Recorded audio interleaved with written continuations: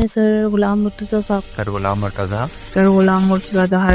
और सर तो बहुत कंफ्यूजन थी कि मतलब किससे लूँ, किससे क्लासेस लूँ, क्या करूँ। तो यूट्यूब पे बहुत ज़्यादा सर्च किया, मतलब बहुत ज़्यादा इंस्टीट्यूशंस थे, उनके डेमो क्लासेस देखे, ये वो तो मतलब कुछ भी समझ नहीं है यार। क्योंकि इस तरह के टीचर्स अगर आपको मिल जाते हैं तो आप लकी हैं। वो मैंने कभी ना किसी बुक में से सीखा, ना किसी टीचर से किसी टीचर ने सिखाया, और ना ही किसी यूट्यूब वगैरह से मैंने सीखा। आपके ये सेशंस लेने के बाद मुझे ऐसा लग रहा है कि मेरे जैसे बहुत बड़ा पहाड़ ऊपर दिखा। मेरा ये दावा है कि अगर आपने आज का ये लेक्चर पूरा सुन लिया, उस पर अमल कर लिया, तो इंग्लिश का पेपर आपका सीएसएस और पीएमएस में कभी फेल नहीं होगा। अगर इंग्लिश सेफ तो सब कुछ सेफ। एक तो पेपर फेल नहीं होगा और दूसरा स्कोर कभी कम नहीं आएगा। बताई हुई सारी बातों पे अमल करेंगे तो इंशाल्लाह 70 और 80 प्लस स्कोर आएगा। डियर एस्पिरेंट्स, मैं पिछले 7 सालों से सीएसएस और पीएमएस एस्पिरेंट्स को पढ़ा रहा हूँ और आज जो बातें आपको बताने वाला हूँ उसका बुनियाद उसी 7 साल पढ़ाने के तजुर्बे के ऊपर है। तो हर एक बात को बड़ी गौर से सुनना है और नोट करना है।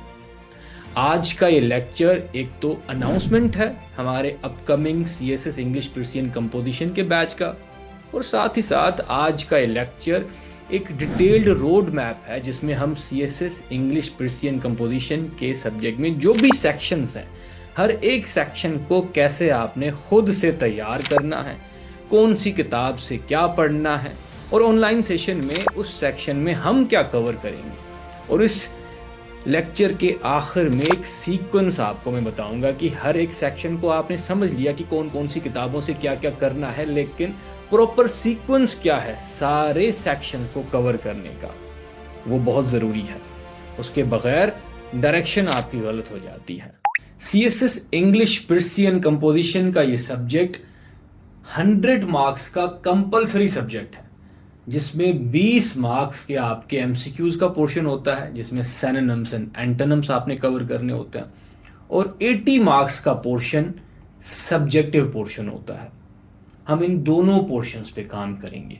आपके लिए बहुत ज़रूरी है कि आप सीरियस होके अच्छे से सीएसएस इंग्लिश पर्सियन कंपोजिशन के सब्जेक्ट की तैयारी कर लें, क्योंकि ये सब्जेक्ट आपके सीएसएस और पीएमएस में कंपलसरी सब्जेक्ट तो है ही है, लेकिन इसकी तैयारी करने से आपके जो भी गवर्नमेंट एग्जाम्स हैं, एफपीएससी पीपीएससी के एग्जाम, एमसीक्यूज वाले एग्जाम्स हों या डिस्क्रिप्टिव पेपर हो, इन एग्जाम्स में जो इंग्लिश का पोर्शन है वो सीएसएस इंग्लिश पर्सियन कंपोजिशन के सब्जेक्ट के सिलेबस से बाहर नहीं होता। सो एक ही बारी में आपकी अंग्रेजी का जो मसला है हल हो जाता है अगर आप प्रॉपर रोड मैप को फॉलो करें और अच्छे से तैयारी कर लें। जहां तक इस सब्जेक्ट को तैयार करने का ताल्लुक है, कुछ एरियाज इस सब्जेक्ट में ऐसे हैं जहां पे आपको टीचर की मेंटोर की ज़रूरत पड़ती है, और कुछ एरियाज ऐसे हैं जहां पे आपको सिर्फ डायरेक्शन बता दी जाती है और आपने खुद अमल करना होता है।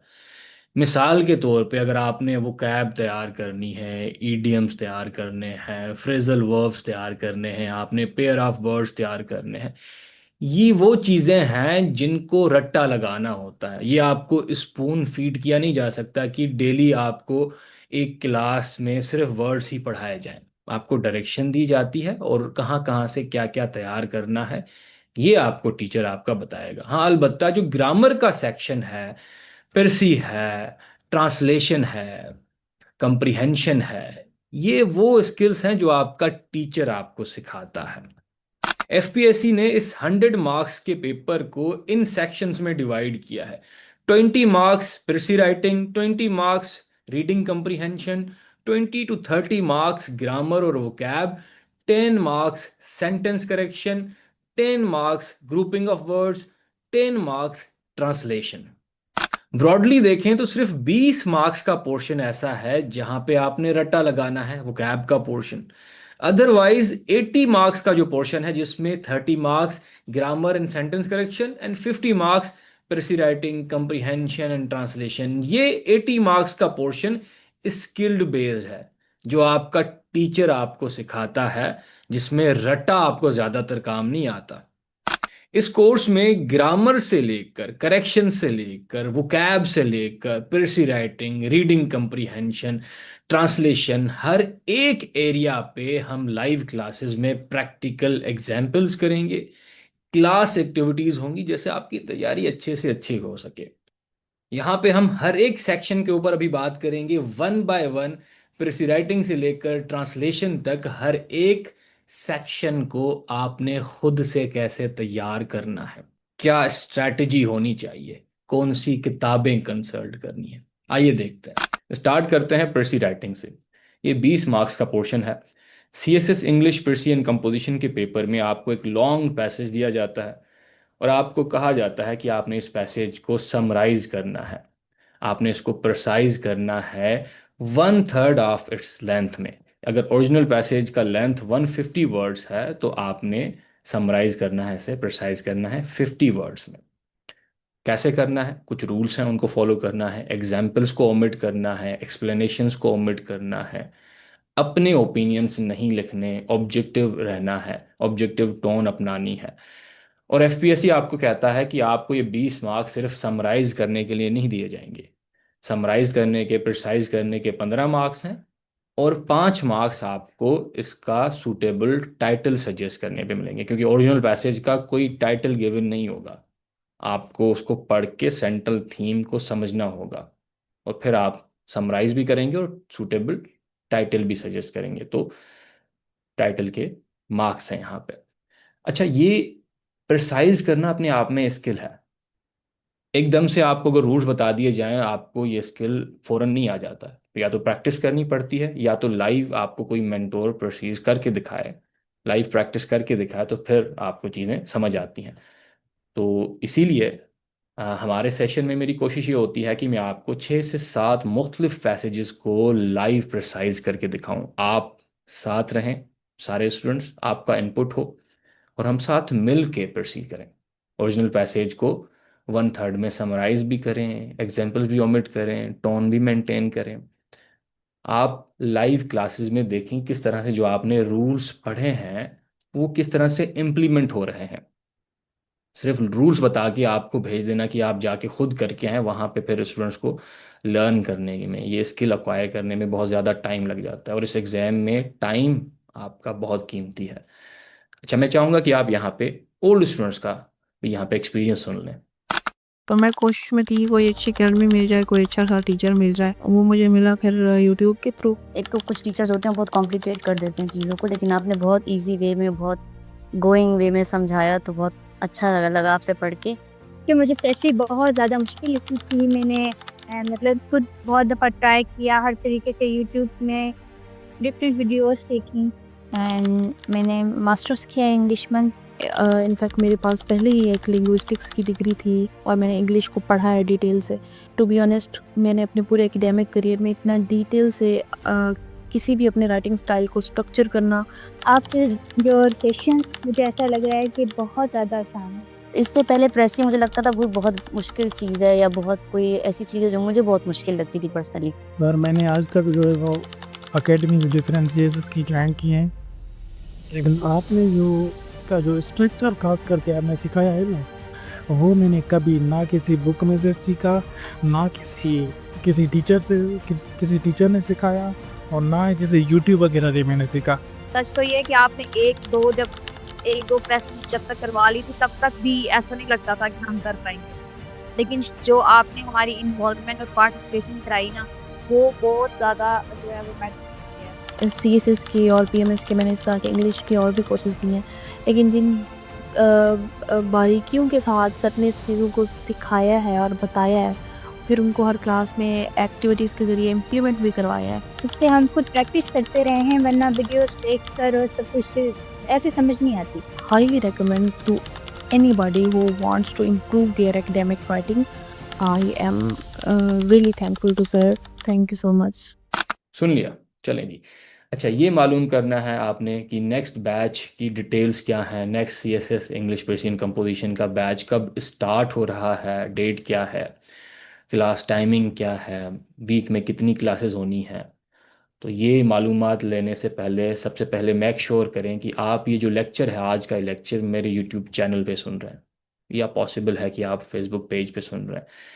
ये मेक श्योर कर लिया।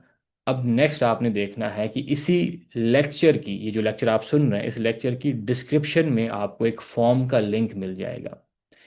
इस फॉर्म का गूगल फॉर्म है, इसको आप क्लिक करेंगे, आपने अपना नाम, व्हाट्सएप और ईमेल एड्रेस पुट करना है। डिस्क्रिप्शन यहाँ में कुछ चीज़ें लिखी हुई हैं, ये पढ़ लेनी है। उसके बाद आपने सबमिट कर देना है। जब आप ये फॉर्म सबमिट करेंगे तो उसके बाद ये स्क्रीन शो होगी आपके सामने, और इस स्क्रीन में आपके सामने एक व्हाट्सएप कम्युनिटी ग्रुप का लिंक है। बहुत इम्पॉर्टेंट है इस लिंक को क्लिक करके उस कम्युनिटी ग्रुप को ज्वाइन कर लेना, क्योंकि यही वो ग्रुप है जहाँ पे नेक्स्ट बैच का पोस्टर डेली बेसिस पे, जब तक बैच स्टार्ट नहीं होता, 10 दिन पड़े हैं, 12 दिन पड़े हैं, वो बैच का पोस्टर भी शेयर होता रहेगा। उसमें सारी डिटेल्स भी मेंशन होंगी, और ये भी आपको कोऑर्डिनेटर इन्फॉर्म करता रहेगा कि कितने स्लॉट्स रिमेनिंग है, जैसे आप टाइमली रजिस्ट्रेशन अपनी कंप्लीट कर पाएँ। अच्छा, अगर आपके पास ये फॉर्म का लिंक नहीं आ रहा या कोई और मसला हो रहा है, तो स्क्रीन पे आपके सामने क्लास कोऑर्डिनेटर का नंबर है, व्हाट्सएप नंबर है, 0334027987। हाँ, यही नंबर है। तो इस नंबर पे आप उससे रब्ता कर लें, कोई भी क्यूरी है वो पूछ लें, जैसे आपका डायरेक्टली जो भी क्वेश्चन है वो एड्रेस कर पाए। ठीक है, मैं चाहूँगा कि इस वीडियो को, इस लेक्चर को आप 5 मिनट्स के लिए पॉज करें, ये फॉर्म फिल करें, जैसे आपका जो स्लॉट है, सीट है, नेक्स्ट बैच के लिए रिजर्व हो जाए। अगर फॉर्म ओपन है तो आप ये रिजर्व करवा पाएंगे, क्योंकि लिमिटेड नंबर ऑफ स्टूडेंट्स को इनरोल करना होता है, जैसे मैं आपकी असाइनमेंट्स भी चेक कर पाऊँ, आपको वन ऑन वन अटेंशन भी दे पाऊँ। सो ये लेक्चर 5 मिनट के लिए पॉज करें, ये टास्क कंप्लीट करें, फिर आगे बढ़ते हैं। Pause the lecture. कर लिया? वेरी गुड, आगे बढ़ते हैं। अच्छा जी, ये एक एग्जाम्पल है, एग्जाम्पल सेंटेंस है, इसको हम प्रिसाइज करते हैं। When he was crowned, there was a universal cry of joy from everybody. अब देखें, इस सेंटेंस में टूटोलॉजी का इशू है, यानी आइडियाज रिपीट हो रहे हैं। यूनिवर्सल एंड एवरीबॉडी, अब यूनिवर्सल में एवरीबॉडी आ जाता है ना, सेम मीनिंग कन्वे हो रही है, तो ये रिपीटेशन आप अवॉइड कर सकते हैं। सो इस सेंटेंस को हम प्रिसाइज करेंगे, रिपीटेशन को अवॉइड करके we can write everyone celebrated his crowning. Summarize कर लिया। ये एक एग्जाम्पल है, लेकिन लाइव क्लास में जब हम sentence by sentence, passage by passage, मुख्तलिफ पैसेजेस को प्रिसाइज करेंगे, तो फिर और ज़्यादा आपकी अंडरस्टैंडिंग बेहतर हो जाएगी। रूल्स कैसे इम्प्लीमेंट हो रहे हैं वो आप अच्छे से लाइव क्लासेस में सीख पाएंगे। अच्छा, यहाँ पे कुछ बुक्स हैं जो एफपीएससी भी रिकमेंड करता है, और उसमें एडिशनली एक किताब मैंने भी रिकमेंड कर दिया है प्रेसी राइटिंग के लिए। रैन एंड मार्टिन बहुत अच्छा किताब है, इसमें आपको प्रेसी राइटिंग के ऊपर बहुत अच्छा कंटेंट मिल जाता है। इसकी प्रैक्टिस करें, इसकी आंसर की से वेरीफाई करें चीज़ें। उसके अलावा एफपीएससी रिकमेंड करता है राइट बेटर स्पीक बेटर। इस किताब में अगेन आपको समराइजिंग एंड पैराग्राफिंग के ऊपर बहुत ज़्यादा बेहतर कंटेंट मिल जाता है। लिटिल ब्राउन हैंडबुक किताब है जी, एफपीएससी की तरफ से रिकमेंडेड किताब है। इसमें आपको पैराग्राफिंग एंड कोहेरेंस के ऊपर अच्छा कंटेंट मिल जाता है, यानी राइटिंग के ऊपर। लेकिन रेन एंड मार्टिन इन तीनों में से मेरी नज़र में बेस्ट है, इस किताब को देख लें। यहाँ पे कुछ स्टूडेंट्स का ये भी सवाल है कि सर हम कोई सेशन ज्वाइन नहीं करना चाहते, तो खुद से कैसे तैयारी करें? खुद से भी कर सकते हैं, टाइम ज़्यादा लग जाता है, लेकिन आप चाहें तो कर सकते हैं। तो सबसे पहले आपने किसी भी अच्छी किताब से प्रेसी राइटिंग के बेसिक्स को समझ लेना है, रूल्स को समझ लेना है। कोई ऐसा किताब जिसमें रूल प्लस एग्जाम्पल इस तरह से अगर आपको फॉर्मेट मिल जाता है तो वेल एंड गुड, ठीक है। तो ये आप देख लें, मार्केट में कोई पब्लिशर की किताब मिल जाती है, उसकी तस्वीरें ले आएँ, या किताब ही बाय कर लें अगर हो सकता है तो, ठीक है। मेरी किताब मिल जाती है तो उसको बाय कर लें। बहरहाल रूल्स प्लस एग्जाम्पल्स बेसिक्स में आपको इनकी अंडरस्टैंडिंग हो जाती है। उसके बाद आपने रीडिंग की हैबिट डेली डेवलप करनी है। उस रीडिंग की हैबिट से ही आपकी कंप्रीहेंशन, अंडरस्टैंडिंग बेहतर होगी कि आइडिया कैसे आपने ग्रैस्प करना होता है। ज़्यादा से ज़्यादा आप रीड करते हो। रीडिंग करनी कहाँ से? आपने डॉन न्यूज़पेपर, हमारा नेशनल लेवल पे बहुत अच्छे लेवल पे अखबार है। उसके अलावा द न्यूज़, इंटरनेशनल लेवल पे गार्डियन। इन न्यूज़पेपर्स के आप एडिटोरियल्स, जो एडिटोरियल्स होते हैं ना, 3 बीच में आते हैं, इन एडिटोरियल्स को आप पढ़ें और उनको आप प्रिसाइज करें। प्रिसाइज करते वक्त आप एक्सप्लेनेशन को ओमिट करेंगे, आप एग्जाम्पल्स को ओमिट करेंगे, और ये ओमिट करने से पहले आपको ये अंडरस्टैंडिंग डेवलप हो जाएगी, अच्छा ये एग्जाम्पल है और ये यहाँ पे जो है ये एक एक्सप्लेनेशन का हिस्सा है, इसको मैं ओमिट कर सकता हूँ या कर सकती हूँ। और फिर आप सेंटेंसेस को जो है सिंथेसाइज करेंगे। ये प्रैक्टिस आप जितनी ज़्यादा करेंगे उतनी आपकी ये स्किल बेहतर से बेहतर होगी। अच्छा, तीसरा स्टेप ये है कि आपने किया तो है लेकिन फीडबैक कहाँ से मिले। बेहतर ये होता है कि आप जिस मेंटोर से ये चीज़ें पढ़ रहे हैं उसी से चेक कराएं। अगर मेंटोर नहीं है तो आज की डेट में एआई है आपके पास चैट जीपीटी है। तो चैट जीपीटी से मदद कैसे लेनी है कृषि राइटिंग के लिए, तो आप ले सकते हैं, बिल्कुल बहुत अच्छे तरीके से ले सकते हैं। इसके लिए आपने एक शॉर्ट फॉर्म में एक फ़ाइल मेंटेन करना है, वर्ड का फाइल हो, एमएस वर्ड का फाइल हो, या ऑनलाइन आप कहीं पे ये फाइल मेंटेन कर सकते हैं। उस फाइल में हो क्या, सबसे पहले आपके पास यहाँ पे कृषि राइटिंग के रूल्स हों, वो रूल्स जिसमें एग्जांपल्स भी गिवन हैं, अच्छी किताब से निकाल लें। उसके बाद आपके पास कोई पास पेपर का पैसेज हो और उसकी प्रसी किसी टीचर ने की है या किसी किताब में आपने देखी है वो हो, 3 मिनिमम पैसेजेस और उनके प्रिसाइज वर्जन्स। तो इस पूरे डॉक्यूमेंट में आपके पास क्या है, रूल्स हैं, 3 पैसेजेस हैं, और हर एक पैसेज की प्रसी है जो किसी एक्सपीरियंस्ड मेंटोर ने की है, वेटरन ने की है, जो रूल्स पे पूरा उतरती है, अच्छी प्रसी है। तो पैसेजेस, प्रसीज एंड रूल्स, ये फाइल जो है आप मेंटेन रखेंगे, और जब भी चैट जीपीटी का नया सेशन आप ऑन करेंगे उसमें एक नई चैट में आप ये सारी चीज़ें कॉपी पेस्ट कर देंगे। अब चैट जीपीटी के पास रूल्स भी हैं, उसके पास पैसेजेस भी हैं, और उसको पता है कि कैसे प्रस्तुति की गई है।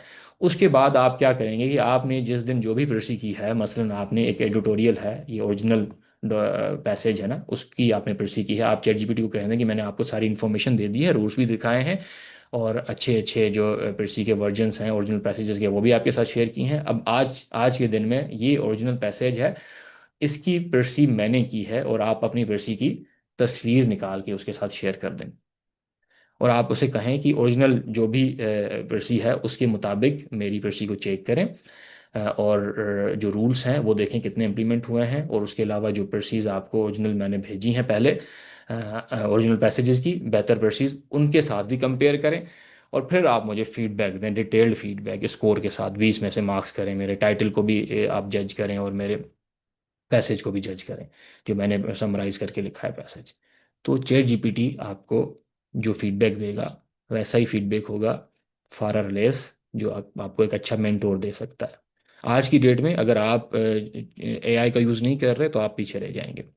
एआई का यूजेज ज़रूरत है, नेसेसिटी है। जैसे किसी ज़माने में जो बच्चे लाइब्रेरी में पढ़ते थे, किताबों की एक्सेस उनके लिए कंपटीशन में उनको आगे कर देती थी। उसके बाद जिन्होंने इंटरनेट का यूजेज सीखा, ग्रुप्स को ज्वाइन करना, फॉरम्स को एक्सेस करना, वो बाकियों से कंपटीशन में आगे थे। आज की डेट में जो एआई का यूज़ कर रहे हैं वो बाकियों से आगे हैं, तो इसका यूज़ करें, स्मार्टली यूज़ करें, पीछे ना रह जाएं। सो चैट जीपीटी से अपने आप पैसेजेस चेक करवा सकते हैं, नहीं है ज़रूरत किसी टीचर के पास जाने की, कोई मसला नहीं है। अफोर्ड नहीं कर सकते, कोई मतलब नहीं है, खुद कर लें, कर लेंगे, कर रहे हैं लोग, लेकिन proper usage. Next is reading comprehension. Again ये 20 मार्क्स का पोर्शन है। पर्सी राइटिंग में आपको एक पैसेज दिया जाता है, उस पैसेज को आपने समझना है, फिर अपने अल्फाज में प्रिसाइज करना है, समराइज करना है। लाइकवाइज रीडिंग कॉम्प्रीहेंशन में भी आपको एक पैसेज दिया जाता है, इस पैसेज को आपने कॉम्प्रीहेंड करना है। दोनों केसेस में, पर्सी राइटिंग में एंड रीडिंग कॉम्प्रीहेंशन में, आपकी एक टेक्स्ट को क्रिटिकली अंडरस्टैंड करने की सलाहियत को चेक किया जाता है, आपकी रीडिंग की सलाहियत को, अंडरस्टैंड करने की सलाहियत को चेक किया जाता है।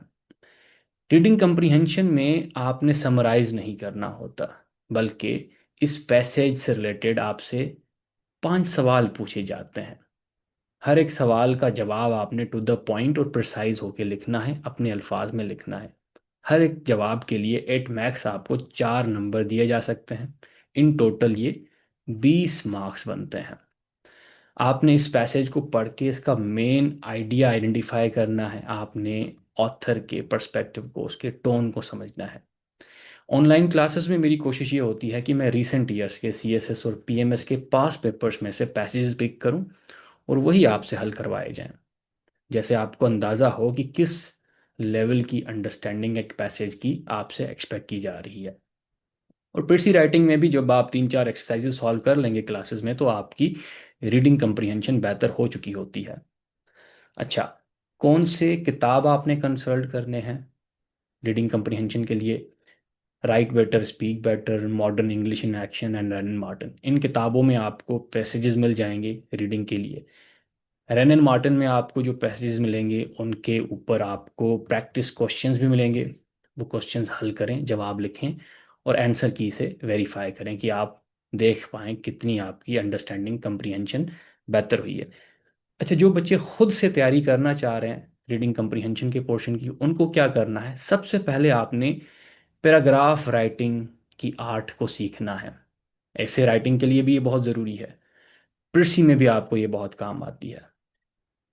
पैराग्राफ राइटिंग में आपने सीखना है एक पैराग्राफ लिखते वक्त पैराग्राफ का जो इंट्रोडक्टरी सेंटेंस है, टॉपिक सेंटेंस, वो कैसे लिखते हैं, कंक्लूडिंग सेंटेंस कैसे लिखते हैं, पैराग्राफ की बॉडी को कैसे डेवलप करते हैं, पैराग्राफ की बॉडी में आप आर्ग्यूमेंटेशन, रीजनिंग कैसे करते हैं, पैराग्राफ की बॉडी में कंपेयर एंड कंट्रास्ट आप कैसे करते हैं, पैराग्राफ की बॉडी में आप नरेशन कैसे करते हैं, पैराग्राफ की बॉडी में आप एक्सपोजिशन कैसे, एग्जाम्पल्स कैसे प्रोवाइड करते हैं, पैराग्राफ की बॉडी में आप डिस्क्रिप्शन कैसे करते हैं। बेसिकली ये सारे राइटिंग के स्टाइल्स हैं, डिस्कोर्सेज हैं। जब आप पैराग्राफ राइटिंग को मास्टर कर लेते हैं तो आप किसी और के पैराग्राफ को भी आसानी से समझ लेते हैं। आप पैराग्राफ किसी और का रीड करेंगे, पैसेज रीड करेंगे, आपको अंदाज़ा होगा कि यहाँ पे ये एग्जाम्पल दिया गया है, यहाँ पे आर्गुमेंटेशन हो रही है, यहाँ पे एक एक एक एग्जाम्पल की या एक रीज़न की एक्सप्लेनेशन ऐड की गई है। तो ये चीज़ आपको, ये स्किल पर्सी राइटिंग में भी हेल्प करेगी, कंप्रीहेंशन में भी हेल्प करेगी। पैराग्राफ राइटिंग के साथ साथ आपने हैबिट डेवलप करनी है एक्टिव रीडिंग की। वही सोर्सेज कंसल्ट करने हैं जो मैंने आपको पर्सी राइटिंग के लिए बताए हैं। डॉन के एडिटोरियल्स, द गार्डियन के एडिटोरियल्स, द न्यूयॉर्क टाइम के एडिटोरियल्स, द न्यूज़ के एडिटोरियल्स। एडिटोरियल्स पढ़ते वक्त आप देखें कि कैसे मेन आइडिया को राइटर फोकस कर रहा है, कैसे राइटर ने अपने टोन को मेंटेन किया हुआ है, कैसे राइटर आर्ग्यूमेंट्स लिख रहा है, कैसे एग्जाम्पल्स कोड किए जा रहे हैं। तो आप देखें कि जो आपने पैराग्राफ राइटिंग में चीज़ें सीखी हैं वो कैसे इम्प्लीमेंट होते हुए आपको नज़र आ रही हैं। और जैसे आप एक्टिव रीडिंग की हैबिट डेवलप करेंगे तो इस ऐसे करने से आपकी रीडिंग कंप्रीहेंशन बेहतर होगी, एक टेक्स्ट को अंडरस्टैंड करने की सलाहियत बेहतर होती रहेगी। उसके बाद आप गूगल पे चले जाएं, इंटरनेट पे चले जाएं, क्योंकि ये तो एडिटोरियल्स ऐसे होते हैं ना, आपको पता होता है, टाइटल भी गिवन होता है, क्या पढ़ रहे हैं आप। अब आप इंटरनेट पे चले जाएं, गूगल में सर्च करें रीडिंग कंप्रीहेंशन के प्रैक्टिस पैसेजेस। वो पैसेजेस जिनका कोई टाइटल ना लिखा हुआ, जीआरई लेवल के आपको अगर पैसेजेस मिल जाते हैं तो वो आप देखें। सीएसएस के पास पेपर्स को भी आप देख सकते हैं। तो वो पैसेज पढ़ें। और पैसेज पढ़ते वक्त आपने क्या करना है, आपने एक तो आइडेंटिफाई करना है कि मेन थीम क्या है, मेन आइडिया क्या है इस पैसेज का। आपने राइटर के टोन को आइडेंटिफाई करना है कि राइटर सार्केस्टिक हो रहा है या क्रिटिकल हो रहा है या परसुएसिव हो रहा है या एनालिटिकल हो रहा है। कुछ चीज़ें डायरेक्टली लिखी होती हैं, उन डायरेक्टली लिखी हुई चीज़ों से आपने इनडायरेक्ट कंक्लूजन्स भी ड्रॉ करने हैं। अच्छा, ये राइटर ने लिखा है, इसका मतलब ये भी बनता है। So inference based conclusions draw करना आपने सीखना है। You have to make judgments through reasoning and evidence, ठीक है, रेदर देन डायरेक्ट ऑब्जर्वेशन। आपने उस पैसेज में आइडेंटिफाई करना है कौन से सेंटेंसेस ओपिनियंस हैं, कौन से सेंटेंसेस फैक्ट्स हैं। इनको अलग करना आपको आना चाहिए, पता होना चाहिए कहाँ पे फैक्ट है, कहाँ पे ओपिनियन है। अच्छा, ये आपने इस तरह से पैसेज को रीड करना है। उसके बाद आई रिकमेंड पास पेपर्स, आप सीएसएस और पीएमएस के पास पेपर्स सॉल्व करें। अच्छा, पास पेपर्स में से जब आप एक पैसेज पढ़ के और सवाल जो गिवन है उनके जवाब भी लिखेंगे, अब आपने इवैल्यूएट करवाने हैं। या तो किसी मेंटोर से करवाएं इवैल्यूएट, या आप देखें कि पास पेपर्स के जो सॉल्व्ड एकेडमीज़ के अगर आपको मिल जाते हैं, किताब मिल जाते हैं, वहाँ से आप अपने आंसर्स को मैच करके देखें। उसके अलावा आई रिकमेंड, आज के दौर में मैं ये रिकमेंड करता हूँ, आप सब छोड़ें, आप सिर्फ चैट जीपीटी के पास चले जाएं।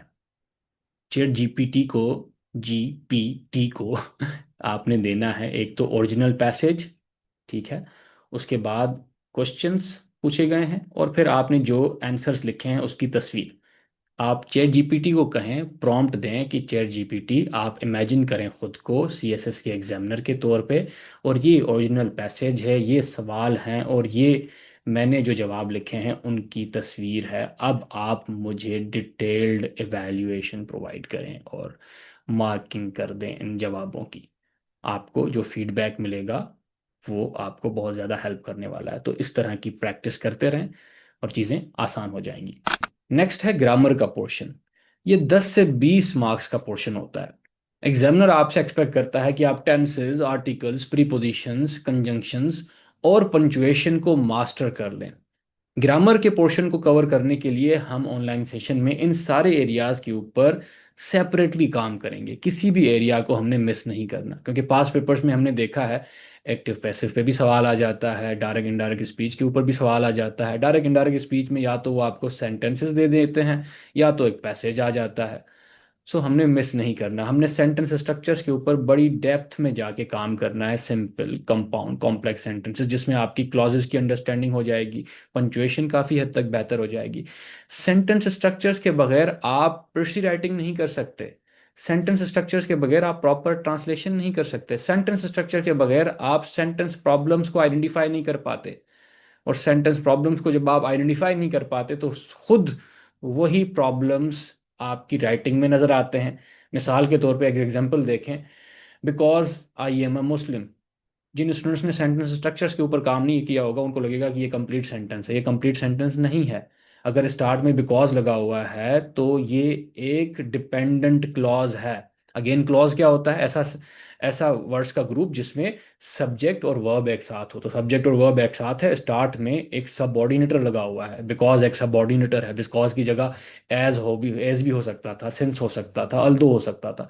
सो अगर कोई सबऑर्डिनेटर स्टार्ट में लगा हुआ है और आपको एक डिपेंडेंट क्लॉज नज़र आता है, उसको आपने डॉट लगा के समझा कि ये कंप्लीट सेंटेंस है, तो ये कंप्लीट सेंटेंस नहीं है, इनकम्प्लीट सेंटेंस है। इस तरह के डिपेंडेंट क्लॉज को कंप्लीट करने के लिए आप उसके सामने एक इंडिपेंडेंट क्लॉज लगाते हैं, फिर जाके आपका सेंटेंस करेक्ट और कंप्लीट होता है। तो अगर आपने इसको कंप्लीट करना है तो you will write because I am a Muslim I try to live with kindness. आगे ना लिखें ये, because I am a Muslim I try to live with kindness. अब आपका ये थॉट कंप्लीट हो गया, सेंटेंस ये फ्रेगमेंट नहीं है, ये कंप्लीट सेंटेंस हो गया। सो ये बताने का मकसद ये है कि अगर आपने ग्रामर के ऊपर काम नहीं किया तो ये राइटिंग की मिस्टेक्स भी आप कमिट करते हैं, आप राइटिंग के प्रॉब्लम्स को आइडेंटिफाई भी नहीं कर पाते। अच्छा, आपने किताबें कौन सी कंसल्ट करनी है ग्रामर के लिए? इंग्लिश ग्रामर इन यूज़, प्रैक्टिकल इंग्लिश ग्रामर, उसके अलावा university grammar of English and ran and Martin. ये सारी किताबें जो हैं इसमें आपको जो भी ग्रामर के पोर्शंस हैं, आपके टेंसेस, आर्टिकल्स हो गए, आपके सेंटेंस स्ट्रक्चर्स हो गए, सब कुछ आपको मिल जाएगा। ठीक है। साथ ही साथ आई रेकमेंड आपने चैट जीपीटी का इस्तेमाल यहाँ पे भी करना है। ग्रामर का कोई भी पोर्शन, कोई सेंटेंस स्ट्रक्चर्स आप सीख रहे हैं, आप चैट जीपीटी को बताएं कि भाई इसके ऊपर मुझे जो है अंडरस्टैंडिंग डेवलप करवाओ, ये सिखाओ मुझे। चैट जीपीटी आपको सिखा देगा। किताब से समझ नहीं आता, चैट जीपीटी से समझ ले, काउंटर से क्वेश्चंस पूछें। ठीक है। तो ये किताबें और एआई प्लस एआई आपकी ग्रामर की अंडरस्टैंडिंग बिल्ड करने के लिए इनफ है। अच्छा, रोड मैप क्या है? ग्रामर के पोर्शन को अगर आपने खुद से मास्टर करना है, किसी टीचर का बैच ज्वाइन नहीं करना, इनफ आपके पास टाइम है या रिसोर्सेज नहीं है, तो आई रिकमेंड आपने ये रोड मैप फॉलो करना है। सबसे पहले आपने पार्ट्स ऑफ स्पीच के ऊपर काम करना है। Noun, pronoun, verb, adjective, adverb, preposition, conjunction, interjection, इनके ऊपर काम करना है। टेंसेस में से आपने 12 टेंसेस कवर कर लेने हैं, उनके एक्टिव पैसिव आप कवर कर लें। सब्जेक्ट वर्ब एग्रीमेंट के ऊपर आप काम कर रहे हैं, सिंगुलर प्लूरल रूल्स सारे कवर कर लें। आर्टिकल्स के ऊपर आप काम करें। आर्टिकल्स में आप एन, द, सम, फ्यू, ये सारे एरियाज आप कवर कर लें। उसके अलावा कंडीशनल्स में आई रेकमेंड कि आप कंडीशंस में फर्स्ट, सेकंड, थर्ड और मिक्स्ड कंडीशनल्स कवर कर लें। देन आई रेकमेंड उसके बाद आप पंचुएशन के ऊपर भी सेपरेटली काम करें। पंचुएशन में आप कॉमा के ऊपर कॉमा के रूल्स को देखें, आप सेमी कॉलन के रूल्स को देखें, आप कॉलन के रूल्स को देखें, आप डैश के रूल्स को देखें, आप अपोस्ट्रोफी को कवर करें, आप कोटेशन मार्क्स के रूल्स देखें, आप पीरियड के रूल को देखें, कैपिटलाइजेशन के रूल्स को देखें। तो हर एक एरिया के ऊपर आपने पंचुएशन में भी अलग अलग से रूल्स को देखना है, उसके बाद ही बेहतर हो पाएगा। एंड ग्रामर के लिए आई रिकमेंड, अगर आप खुद से तैयारी कर रहे हैं तो कोई भी एक अच्छा ग्रामर का किताब कंसल्ट करना इनफ होता है। तो Rhiannon Martin plus chat GPT, जैसे मैंने पहले आपको बताया, जो भी चीज़ कर रहे हैं किताब से पढ़ें, किताब से समझ आ जाती है, well and good. Chat GPT के पास जाएं, उससे भी समझें, फिर आप उससे प्रैक्टिस क्वेश्चंस का पूछें, वो सॉल्व करें। तो उसके बाद आप ऐसे वन बाय वन आगे मूव करते जाएं। ये एरियाज कवर कर लेंगे तो ग्रामर आपकी हो जाएगी, कहीं किसी टीचर के पास जाने की ज़रूरत नहीं है अगर आप खुद से ये कर लेते हैं। नेक्स्ट है वोकैब का पोर्शन। सीधे सीधे 20 नंबर होते हैं आपके वोकैब के। मैंने आपको स्टार्ट में बताया सीएसएस इंग्लिश पर्सियन कंपोजिशन के पेपर में 20 नंबर होते हैं एमसीक्यूज के, 80 मार्क्स होते हैं सब्जेक्टिव पोर्शन के। और जो एमसीक्यूज हैं ये पूरा के पूरा वोकैब का पोर्शन होता है, और आपसे पूछे जाते हैं सिनोनिम्स एंड एंटोनिम्स। सवाल में आपके पास एक वर्ड होगा और 4 ऑप्शंस होंगे। 10 सवाल आपके होते हैं सिनोनिम्स के, 10 सवाल आपके होते हैं एंटोनिम्स के। सिनोनिम्स होते हैं जी सिमिलर मीनिंग वाले वर्ड्स, एंटोनिम्स होते हैं अपोजिट मीनिंग वाले वर्ड्स। अब आपके पास अगर सिनोनिम्स में से सवाल है तो वर्ड होगा और 4 ऑप्शन होंगे, और आपसे एक्सपेक्ट किया जाएगा कि इस वर्ड की सिमिलर मीनिंग वाला वर्ड ऑप्शंस में से कौन सा है, आपने वो टिक करना है। अगर एंटोनिम्स में से आपके पास सवाल होगा तो वो आपसे एक्सपेक्ट करेगा कि इस वर्ड की अपोजिट मीनिंग वाला वर्ड्स इन ऑप्शंस में से कौन सा है, वो आप टिक करें। दोनों ही केसेस में आपकी वो कैब चेक हो रही होती है। यहाँ पे मिलियन डॉलर क्वेश्चन ये है कि सीएसएस के लिए वो कैब को तैयार कैसे करें, और तैयार ऐसे करना है कि आपको इंटरेस्टिंग लगना चाहिए। सबसे पहले आई रिकमेंड, आप सब स्टूडेंट्स की अपनी एग्जिस्टिंग वोकैब होती है, आप सबको कुछ ना कुछ वर्ड्स आते हैं अंग्रेजी के। तो एग्जिस्टिंग वोकैब को मैं कहता हूँ ये होते हैं आपके कॉमन वर्ड्स, ठीक है, जो ऑलरेडी आपको वर्ड्स आते हैं। तो पहला काम ये किया करें वोकैब बिल्डिंग में, इन कॉमन वर्ड्स को अनकॉमन रिप्लेसमेंट्स के साथ रिप्लेस करना सीखें। अब अनकॉमन रिप्लेसमेंट्स कौन सी हैं? मसलन एक वर्ड आपको ऑलरेडी आता है, मिसाल के तौर पे हेट, एक वर्ड आपको ऑलरेडी आता है। इसी वर्ड को अगर आप थिसॉरस में जाके चेक करेंगे तो हेट के रिप्लेसमेंट में जो आपको सिनोनिम्स मिलेंगे उसमें से काफ़ी सिनोनिम्स आपको ऑलरेडी आते होंगे, और जो आपको सिनोनिम इसका नहीं आता वो पिक करें।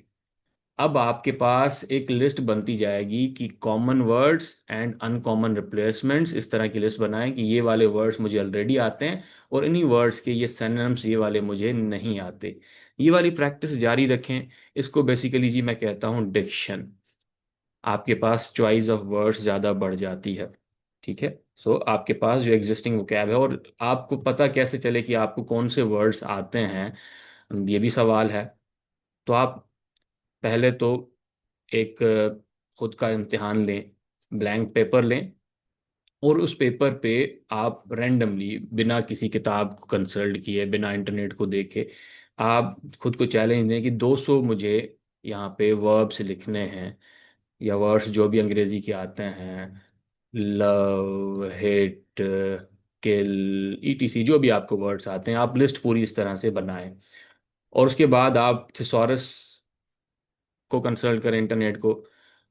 हर एक वर्ड के लिए जो आपको वर्ड आता है उसकी जगह आप थिसॉरस में जाएं, और जो वर्ड आपको उसकी जगह उसका सिनोनिम नहीं आता वो लिखते जाएं। अब होगा ये कि आपको जो एग्जिस्टिंग वर्ड्स आते हैं उनकी आप रिप्लेसमेंट तैयार करते जाएंगे, करते जाएंगे, करते जाएंगे, और आपके पास अगर 200 एग्जिस्टिंग वर्ड्स थे, अब उनकी जगह आपके पास 200 प्लस रिप्लेसमेंट्स आ गई। यहाँ पे अगेन आपकी वोकैब बिल्ड हो गई ऑलरेडी, ठीक है। एक ये तरीका होता है। या आप ऐसा किया करें कि डेली बेसिस पे एक किसी भी टॉपिक के ऊपर रैंडमली टॉपिक पिक करें और एक पूरा पेज लिखें, यहाँ पे ग्रामर चेक करने के लिए नहीं, बस जो भी आपके दिमाग में अल्फाज आते हैं लिखें। फिर उसमें से आप कुछ वर्ड्स हाईलाइट करें कि अच्छा ये वर्ड्स ऑलरेडी मुझे आते हैं, मैं इनको अक्सर यूज़ करता हूँ, करती हूँ। फिर अगेन आप अपनी लिस्ट में जाएं, ये सारे वर्ड्स लिखें और इनकी थिसॉरस में जाएं, थिसॉरस में चेक करें और इनकी रिप्लेसमेंट्स पिक करें। और रिप्लेसमेंट्स में वो वाले वर्ड्स पिक करने हैं जो आपको इस वर्ड के लिए नहीं आता था, ठीक है। तो ये प्रैक्टिस करने से आपके पास आपकी वर्ड चॉइस बेहतर हो जाती है। बहरहाल इसको मैं बड़ी डिटेल में करवाता हूँ ऐसे की बैच में स्टूडेंट्स को बड़े एग्जांपल्स के साथ, लेकिन जिनको इतने से ही आइडिया होना था वो इस पे काम करेंगे स्टूडेंट्स। अच्छा, सीएसएस की वोकैब के लिए फर्दर आई रेकमेंड कि आपने पास्ट पेपर्स को इग्नोर नहीं करना, पास्ट पेपर्स को इग्नोर बिल्कुल नहीं करना। देखें, मैं आपको यहाँ पे मिसाल देता हूँ। इमेजिन करें आपके पास किसी भी एक ईयर का पास्ट पेपर है और उसमें 20 एमसीक्यू के क्वेश्चंस हैं, यानी आप समझ लें कि ये 20 जो हैं आपके पास वर्ड्स हैं, और हर एक वर्ड के आपके पास यहाँ पे 4 ऑप्शंस हैं। सो जब आप इस एक पास पेपर में से वो कैब तैयार करने लगेंगे तो एक तो आपके पास ये 20 वर्ड्स सीधे सीधे ये आ जाते हैं, और हर एक वर्ड के 4 ऑप्शंस भी आ जाते हैं आपके पास, ठीक है। तो ये कितने वर्ड्स हो जाएंगे, मुझे कोई बताए चैट सेक्शन में। 20 वर्ड्स और हर एक वर्ड के 4 4 ऑप्शंस, कितने हो जाते हैं जी ये वर्ड्स? 80। हाँ, किसी ने लिखा है सर 80 वर्ड्स हो जाते हैं। तो ये 80 वर्ड्स अगेन आप हर एक वर्ड का थिसॉरस में जाएंगे, जो भी वर्ड आप यहाँ पे देख रहे हैं ना, उसका थिसॉरस में जाएं, उसका सिनोनिम देखें और वो सिनोनिम पिक करें जो आपको इस वर्ड के लिए नहीं आता था, ठीक है। मीनिंग तो आप पहले कहीं से उसकी लिख लें, उसके बाद आप थिसॉरस में से जो वर्ड्स आपने 80 वर्ड्स निकाले हैं, हर एक वर्ड का थिसॉरस में से वो वाला रिप्लेसमेंट देखें जो आपको नहीं आता था। हो सकता है 80 में से आपको 20+ और वर्ड्स मिल जाएं। तो यहाँ पे अगेन आपको एक पेपर में 100 वर्ड्स का ज़ख़ीरा आपके पास आ जाएगा, एक पास पास पेपर के पेपर में से। अगर आप 10 सालों के पेपर्स के साथ यही टेक्निक फॉलो करते हैं तो ये 1000 वर्ड्स हो जाते हैं। 20 सालों के पेपर्स के साथ करते हैं तो ये 2000 वर्ड्स हो जाते हैं। यानी वर्ड्स प्लस ऑप्शंस उनके जो हैं, और प्लस उन ऑप्शंस के भी फर्दर जो है आप थिसॉरस सिनोनिम्स की जो डिक्शनरी होती है। तो ऐसा करके आपके पास अगर 20 साल के वर्ड्स को आप कर लें तो काफ़ी वर्ड्स रिपीट होने के भी चांसेस हो जाते हैं। तो काफ़ी ज़्यादा आपको यहाँ से हेल्प मिल जाएगी सर, ठीक है। एक तो आपने ये वाला काम करना है, स्टेप्स बता रहा हूँ ना मैं, ठीक है। नंबर 1, पास पेपर से वो कैब इस तरह से तैयार करनी है। उसके बाद नंबर 2 जी, आपने जीआरई की, जीआरई एक इंटरनेशनल लेवल पे जी इम्तिहान होता है, मास्टर्स के लिए आपने अप्लाई करना होता है। तो जीआरई में मैथ का पोर्शन होता है, अंग्रेज़ी का पोर्शन होता है।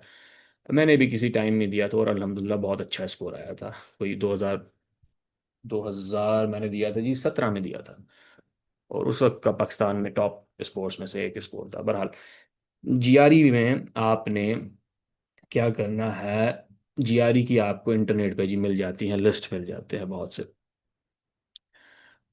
जीआरई की वो कैब की लिस्ट आपको, बैरन्स की लिस्ट मिल जाएगी, मंगूश की लिस्ट मिल जाएगी, 2000 वर्ड्स की, 3000 वर्ड्स की, 1000 वर्ड्स की। तो अगेन आपने जीआरई की लिस्ट्स जो हैं इनको प्रायोरिटी पे करना है, इनके फ्लैश कार्ड्स बना लें, इनको रट्टा लगाने की जो टेक्निक आप फॉलो करते हैं और उनको यूज़ में लाएं। तो जीआरई की लिस्ट्स बहुत चांसेस होते हैं रिपीट हो, किसी एक आधे साल में रिपीट नहीं होते। आपके एग्जाम कभी कभी ऐसे होता है आउट ऑफ द ब्लू आ जाता है, लेकिन ज्यादातर केसेस में जीआरई से वर्ड आते हैं, ठीक है। तो ये 2 काम आपने करने हैं। तीसरा, आई रिकमेंड, जब भी, क्योंकि वो कैब को तैयार करना, मैंने आपको रास्ता दिखाना है, रास्ते पे आपकी रिस्पॉन्सिबिलिटी है अमल करना है, क्योंकि क्रैमिंग का काम है ना, इस रोड मैप पे अमल करना आपका काम है। लेकिन लेकिन ये भी मेक श्योर करें कि वो कैब का जो रट्टा आप लगा रहे हैं, मेमोराइजेशन जो कर रहे हैं, वो बोरिंग तरीके से ना करें। अब ये भी बड़ा सवाल है कि सर मेमोराइजेशन भी करनी है, रट्टा भी लगाना है, तो वो बोरिंग भी ना करें, वो कैसे करें? हाँ, ये सवाल है ना। तो जी क्रैम करने की कुछ टेक्निक्स होती हैं, रट्टा लगाने की कुछ टेक्निक्स होती हैं, जिसमें सबसे टॉप पर है निमोनिक्स। आप जो भी वर्ड जो है, जो आपके लिए न्यू वर्ड है, उसका आप डायरेक्टली रट्टा लगाएंगे, वर्ड टू वर्ड उसे रिपीट करेंगे, तो वो थोड़ा सा मुश्किल हो जाता है, बोरिंग भी हो जाता है। तो निमोनिक्स बेसिकली स्टोरी बनाई जाती है, एक ऐसी स्टोरी जो उसी वर्ड से रिलेटेड हो, जो अनरियल हो, अजीब हो, अडल्ट स्टोरी भी हो, जो फिर आप किसी के साथ शेयर ना करें, आप ही अपने दिमाग में ही रखें, क्योंकि आपने वो रट्टा ही लगाना है ना। तो ये वाली टेक्निक यूज करें। अब एग्जाम्पल के साथ मैं आपको समझाऊंगा, तो वो फिर आपको ज्यादा यहाँ पे क्लियर होगा। अब देखें, मसलन एक वर्ड है यहाँ पे, मोडी कम। ठीक है, क्या वर्ड है जी? मोडी कम। मोडी कम का मतलब होता है कोई भी चीज स्मॉल क्वांटिटी में। अब मैंने इसकी स्टोरी थोड़ी सी अजीब सी बनाई है, जो मैं पूरी स्टोरी आपसे शेयर नहीं कर पाऊंगा, लेकिन एक इशारा दूंगा जैसे आपको अंदाजा हो जाए। कोई है कि ऐसी चीज जो स्मॉल क्वांटिटी में हो। अब स्टोरी जब आप बनाते हैं, इसी वर्ड को ही, जो जो वर्ड आप स्टोरी में यूज करने वाले हैं, जो ये रट्टा लगाना है, उसी को यूज करना होता है स्टोरी में। मोदी कम, स्टार्टिंग के हिस्से में मुझे क्या नजर आ रहा है? मोदी। एंड आगे का हिस्सा आप समझ जाएं क्या बनता है। तो स्मॉल क्वांटिटी में है, मोदी के कोई बच्चे नहीं है, तो मैंने मैंने ऐसी स्टोरी बना ली, एक अजीब अडल्ट स्टोरी है, लेकिन वो फिर मैंने अपने लिए बनाई है, और इस वर्ड की फिर अभी मैं कभी भी मीनिंग नहीं भूलूंगा।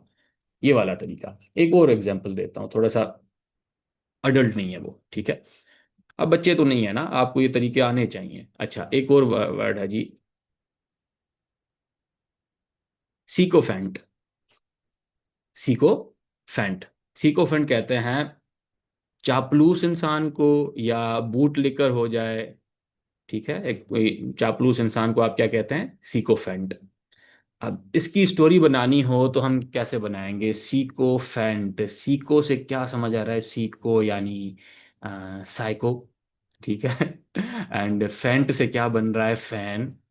हम खुद से स्टोरी बना रहे हैं, जरूरी नहीं है कि वही वर्ड्स हम पिक करें, लेकिन रिलेटेड साउंड से वर्ड्स हमारे दिमाग में आ रहे हैं। अच्छा, सीकोफेंट का मतलब है साइको फैन।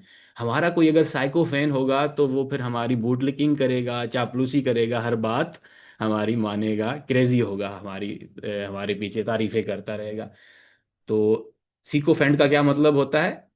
सीकोफेंट का मतलब होता है बूट लिकर, चापलूस, और हमने स्टोरी क्या बनाई? साइकोफैन। सीकोफैन से मैच हो रहा है, तो स्टोरी बन गई। तो इसी तरह जो भी वर्ड आप याद करें, निमोनिक्स टेक्निक्स बहुत आपको काम आएंगी। अच्छा, अच्छा एक और वर्ड है, मसलन इंट्रांसीजेंट। अब मैं अगर अपनी बात करूँ ना, जीआरई के जो भी मैंने 2000 3000 4000 प्लस वर्ड्स याद किए थे, वही निमोनिक्स की टेक्निक। हर वर्ड के ऊपर मैंने इतनी फनी स्टोरीज बनाई होती थी। अगर मैं उनको आके और आपको क्लासेस में करवा करवा दूं, तो मुझे पूरा भरोसा है आप कभी नहीं भूलेंगे, लेकिन वो फिर कुछ ऐसी स्टोरीज होती हैं जो आप किसी के साथ शेयर नहीं कर सकते। ठीक है, एक वर्ड है जी, इंट्रांसीजेंट। इंट्रांसीजेंट। अब इंट्रांसीजेंट का मतलब होता है कुछ ऐसे लोग जो अपना ओपिनियन चेंज करने पे कभी भी राजी नहीं होते। Some people who are unwilling, are refusing to change once opinion, किसी और से एग्री नहीं करेंगे, इंट्रांसिजेंट होते हैं। अब इसको अगर आप ब्रेव करें, तो इंट्रांसिजेंट से क्या आपको नज़र आता है? कि इन लोगों में कुछ ट्रांस के एजेंट्स मौजूद हैं। अब ये ट्रांस के एजेंट्स जो हैं, वो एलजीबीटी और ये लव इज़ लव वाली थ्योरी में बिलीव करते हैं, तो ये फिर अपने ओपिनियन चेंज ही नहीं करते, किसी और की बात ही नहीं मानते। देखें क्या स्टोरी बन गई, इंट्रांसिजेंट। अब आप भी नहीं भूलेंगे। अब जो तो तीन वर्ड्स मैंने आपको बताया ना, मोडिकम, सीकोफेंट, इंट्रांसिजेंट, इनकी स्टोरीज जो मैंने अभी आपको निमोनिक्स बता दिया, इसके बाद आप कभी भी नहीं भूलेंगे, कभी भी नहीं भूलेंगे। सो ये तरीका होता है, थोड़ा सा फिर आपको याद करने में मज़ा भी आता है और आप बोर भी नहीं होते। ठीक है। सो निमोनिक्स का ये बड़ा फायदा है। मैं अगर इसी स्टोरी के पैटर्न पे, मसलन मैं आपको आज ही के दिन अगर मैं 100 वर्ड्स भी आपको ऐसे करवा दूं ना, आप नहीं बोलेंगे, तो वो स्टोरीज आप खुद से बनाया करें, बोरिंग ना करें रट्टे लगाने वाली स्टेज को। मसलन निमोनिक्स कभी कभार आपकी अगर खुद से स्टोरी नहीं बन रही ना, चैट जीपीटी के पास चले जाएं, बोले चैट जीपीटी भैया ये वर्ड है, इसकी कोई देसी पाकिस्तानी कॉन्टेक्स्ट में निमोनिक्स बना के दो। तो वो चैट जीपीटी आपको, चैट जीपीटी के पास जाए ले जाएं, ग्रुप के पास चले जाएं, किसी भी एआई टूल के पास चले जाएं, लेकिन आई रिकमेंड चैट जीपीटी, मैंने ज़्यादातर इसे यूज़ किया है। तो अगर खुद का दिमाग नहीं चल रहा तो आर्टिफिशियल दिमाग चलवा लें, लेकिन बेहतर यही है कि आप खुद से स्टोरी बनाने की कोशिश करें। खुद से उसको ब्रेक करेंगे ना वर्ड को, जितना टाइम लगाएंगे उतना ज़्यादा इंटरेस्टिंग लगेगा। ठीक है, तो एक ये तरीका होता है नंबर 1 रट्टा लगाने का, कि स्टोरीज बनाए निमोनिक्स। दूसरा दूसरा रूट वर्ड्स। देखें, रूट वर्ड को अगर आपने मास्टर कर लिया ना, एग्जाम वाले दिन कोई भी न्यू वर्ड होगा, अगर आपने वो उसको कभी भी नहीं देखा, पहली बार देख रहे हैं, अगर आपने रूट वर्ड की टेक्निक को मास्टर कर लिया है, तो फिर आप उस वर्ड का, उस न्यू वर्ड का मतलब खुद से ही निकाल लेंगे।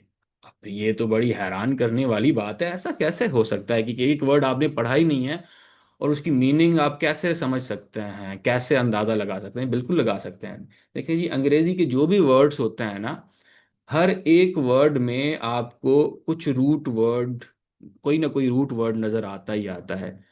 और एक रूट वर्ड के साथ अगर स्टार्टिंग में कुछ लगा दें, उसे हम कहते हैं प्रीफिक्स, एंड में कुछ लगा दें उसे कहते हैं पोस्टफिक्स, या आज के टाइम में सफिक्स कहते हैं। तो prefix and suffix and root word, इनके कॉम्बिनेशन के साथ जो वर्ड बनता है उनकी मीनिंग आप आसानी से इन्फर कर सकते हैं। अब ये कैसे कर सकते हैं? आपने सबसे पहले काम ये करना होगा कि आप इंटरनेट पे चले जाएं, रूट वर्ड्स की लिस्ट निकालें, तकरीबन 200 से 300 रूट वर्ड्स निकाल लें, और उनकी मीनिंग्स आपने यहाँ पे रटनी है। रूट वर्ड्स की मीनिंग फिर आप नेमोनिक्स वाली टेक्निक से रटें। 200 से 300 आप सफिक्स निकाल लें इंटरनेट से, 150 से 200 सफिक्स, उनकी मीनिंग रट लें। प्रीफिक्स निकाल लें, उनकी मीनिंग, अब मैं जस्ट नाम ले रहा हूँ, रूट, सफिक्स, प्रीफिक्स, मैं एग्जांपल से आपको बताता हूँ, फिर ज़्यादा आपको क्लियर होगा। मिसाल के तौर पे प्रीडिक्ट, प्रिडिक्ट, ठीक है।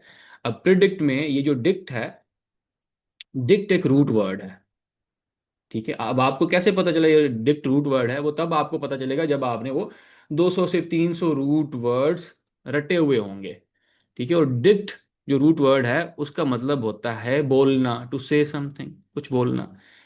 प्री का मतलब होता है बिफोर, ठीक है, बिफोर। जब आपने देखा कि अच्छा इस वर्ड में एक प्रीफिक्स लगा हुआ है प्री, और रूट वर्ड है डिक्ट, प्री का मतलब है बिफोर और डिक्ट का मतलब है से, यानी अगर आप मिला के सोचें तो इसका मतलब है पहले ही बोल देना। और प्रिडिक्ट का क्या मतलब होता है? फोरकास्ट करना, अंदाजा लगाना। तो मतलब निकल आया ना। लाइकवाइज, लाइकवाइज एक और वर्ड देखें, रीप्ले, रीप्ले। रीप्ले, प्ले का मतलब खेलना ही होता है, प्ले करना ही होता है। री का मतलब होता है अगेन, अगेन। री प्रीफिक्स है, प्ले रूट वर्ड है। तो रीप्ले, दोबारा प्ले करना। रीप्ले का मतलब क्या हो गया? To play again. आ रहा है ना, बात समझ आ रही है? तो इसी तरह आपने रूट वर्ड्स, प्रीफिक्सेस, सफिक्सेस, उनकी लिस्ट तैयार करनी है। और इससे होगा ये कि आप किसी भी वक्त आपके सामने नया वर्ड रखा जाएगा तो वो फिर आपके लिए उसकी मीनिंग प्रिडिक्ट करना बड़ी आसान होगी। ठीक है, तो ये वाला काम, जी बिल्कुल। रूट वर्ड्स जो हैं आप उसको भी नेमोनिक्स टेक्निक से जरिए याद कर सकते। किसी ने पूछा कि सर वो नेमोनिक टेक्निक वहाँ पे, हाँ बिल्कुल। रट्टा जहाँ पे भी लगाना है वहाँ पे स्टोरी आप बनाएं, और स्टोरी ऐसी बनाया करें जो अजीब स्टोरी हो, ठीक है। नॉर्मल स्टोरी से काम नहीं चलता। अजीब जितनी होगी, जितनी वो इंटरटेनिंग होगी, जितना वो आपको अकेले में हंसाएगी, वो फिर उतना ही ज़्यादा फिर आपके दिमाग में रह जाती है। और स्टोरी में वो चीज़ें किया करें, वो करेक्टर्स जो ऑलरेडी आपको आपके लिए नोन हो। स्टोरी में नई चीज़ें ना स्टार्ट लाया करें। एक अननोन चीज़ को याद करने के लिए जो स्टोरी आप बना रहे हैं, उसमें आप नॉन करेक्टर्स और नॉन इन्फॉर्मेशन को यूज करें। ठीक है, ये तरीका होता है। अच्छा, नंबर 3, कॉन्टेक्सचुअल लर्निंग। वर्ड्स याद करने हैं, सिर्फ नेमोनिक्स और रूट वर्ड्स से काम नहीं चलना, सेंटेंसेस भी बनाया करें। जो भी न्यू वर्ड आप जो भी अक्वायर करें, उसका सेंटेंस बनाएं, उसका कॉन्टेक्स्ट समझें। ठीक है, आइसोलेशन में सिर्फ याद ना करें, क्योंकि वो वर्ड सिर्फ आपने एमसीक्यूज के लिए नहीं निकाला है ना, कभी कभार आपने फिर उसको राइटिंग में भी तो इस्तेमाल करना है। तो उसका सेंटेंस भी देख लिया करें, खुद बनाएं, वेल एंड गुड, इंटरनेट से देख लें, well and good, chat GPT का यूज़ करें, वेल एंड गुड, लेकिन सेंटेंस बनाएं। और सेंटेंस ऐसा बनाया करें जिससे उस वर्ड की मीनिंग एक्सप्रेस हो जाए। ठीक है, मीनिंग एक्सप्रेस हो जाए, ऐसा ऐसा बड़ा सा सेंटेंस हो, एक्सप्रेस हो जाए ऑटोमेटिकली। किसी को अगर वो वर्ड नहीं भी आता, उस सेंटेंस में उस तरह से आपने यूज़ किया हो कि आप अगेन ये वाली प्रैक्टिस, चैट जीपीटी के पास जाएं, उसे कोई नया वर्ड दें जीआरई का जो आपने अभी पढ़ा है कहीं पे, और चैट जीपीटी को कहें कि इस वर्ड का एक ऐसा सेंटेंस बना के दो जिसमें इस वर्ड की मीनिंग ऑटोमेटिकली एक्सप्रेस हो जाए। और वो जो सेंटेंसेस आपको बना के देगा, वहां से आपको अंदाजा हो जाएगा, अच्छा ऐसे सेंटेंस आप कैसे बनाते हैं जिसमें मीनिंग एक्सप्रेस हो जाती है। तो बाज़ दफ़ा आप अगर वर्ड जो आपने निकाले हैं उसके सेंटेंसेस ही पढ़ें, तो वो सेंटेंसेस पढ़ के आपको ऑटोमेटिकली वो मीनिंग याद आ जानी चाहिए। तो कॉन्टेक्सचुअल लर्निंग इस कॉन्टेक्स्ट में बहुत बहुत इम्पॉर्टेंट है। अच्छा, एक और स्टूडेंट्स का इशू आता है कि सर हम तो भूल जाते हैं, पढ़ते हैं भूल जाते हैं। ये कोई बड़ी बात नहीं है जी, इट इज़ वेरी कॉमन। आपका फॉरगेटिंग जो कर्व है हम सब में एक जैसा एग्जिस्ट करता है। मसलन आज की क्लास को अगर आप एक महीने तक रिवाइज नहीं करेंगे तो वो इस तरह से चीज़ें भूल जाएंगी। आपकी जो इन्फॉर्मेशन यहाँ पे है, मसलन 80% चीज़ें याद हैं, तो आफ्टर अ मंथ आपको 0% चीज़ें याद होंगी अगर आपने रिवीजन नहीं की होगी।